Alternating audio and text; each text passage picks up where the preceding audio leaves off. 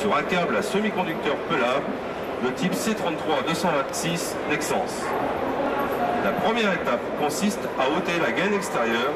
Pour cela, Antonio positionne l'outil sur la gaine en l'ajustant au moyen de la molette rapide noire et serrage du contre-écrou. Ensuite, nous approchons visuellement la lame à talon jusqu'à l'écran aluminium contre-collé. La particularité de cette lame est qu'elle permet d'obtenir plus d'1 millimètre de retrait par rapport au semi-conducteur externe et donc de ne jamais toucher celui-ci pour ne pas le blesser. Nous basculons la lame en position 1, ce qui permet l'avance de l'outil pour ôter la gaine. Nous coupons le complexe gaine-écran jusqu'à la longueur imposée par l'accessoire. À ce stade, nous ramenons la lame en position 0 pour une coupe circulaire. Et nous pouvons maintenant enlever la gaine. La seconde étape va consister à inciser le semi-conducteur pelable. Deux types de semi-conducteurs peuvent être rencontrés, semi-conducteur lisse ou semi-conducteur cannelé. Le Yellow Tool possède sur sa lame d'incision du semi-conducteur un réglage par une butée quart de tour. Position horizontale, semi-conducteur lisse, position verticale, semi-conducteur cannelé. Comme ici nous sommes en présence d'un câble à semi-conducteur cannelé, nous avons donc mis la butée quart de tour sur la position verticale. Plaçons de nouveau le Yellow Tool sur le semi-conducteur et l'ajustons au moyen de la molette noire rapide.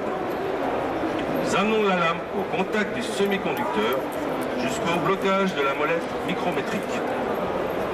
Nous basculons la lame en position 1 pour permettre l'avance de l'outil.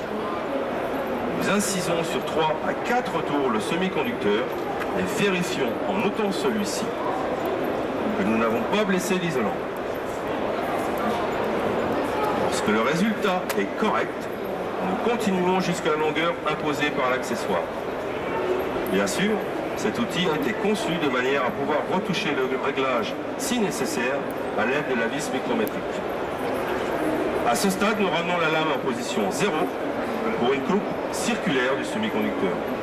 Nous pouvons maintenant enlever le Yellow Tool.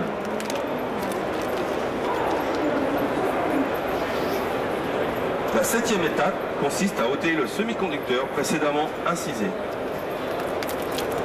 Enfin, la huitième et dernière étape a pour but d'enlever l'isolant. Nous reprenons le Yellow Tool et plaçons la pige métallique graduée à la cote imposée par l'accessoire et serrons la vis de maintien. Nous positionnons l'outil sur l'isolant en l'ajustant toujours au moyen de la molette noire rapide et serrage du contre-écrou. Ensuite, nous approchons visuellement la lame à talon à la périphérie du semi-conducteur interne sans pour autant le toucher, toujours avec un léger retrait. Nous basculons la lame en position 1, ce qui permet l'avance de l'outil pour ôter l'isolant, jusqu'à ce que la pige vienne buter sur l'âme du câble. À ce stade, nous ramenons la lame en position 0 et nous effectuons la coupe circulaire. Nous enlevons la pige, puis ôtons l'isolant.